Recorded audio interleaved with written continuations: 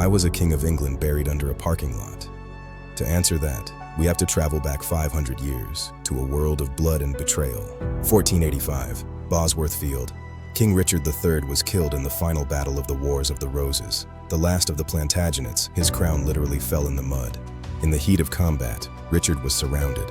He was killed after sustaining a massive blow to the back of his head, a violent end for a controversial king. His body was slung over a horse and publicly displayed to prove he was truly dead. Stripped of his dignity, he was treated not as a king, but as a traitor. They buried him without a coffin, throwing his body into a small grave in the churchyard of Greyfriars. It was meant to be a final, forgotten resting place, but history is shifting. The church was eventually destroyed, its location was lost, and for centuries, people believed his remains had been thrown into a river. The land was reused, houses were built, then buildings, and finally, a mundane parking lot. A king lay beneath the tires, his exact location forgotten for 500 years. In 2012, based on a meticulous analysis of old maps, archaeologists decided to test the legend.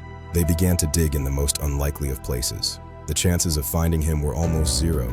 But in the very first trench, beneath the social services car park, they found something that stopped the world. A skeleton emerged. It had a distinct, sharp curve in the spine, a match for the descriptions of the hunchback king, and the skull bore the marks of the fatal battle blows. DNA testing provided the final proof. Samples were matched to a living descendant of Richard's sister. After 5 centuries, the identity was certain.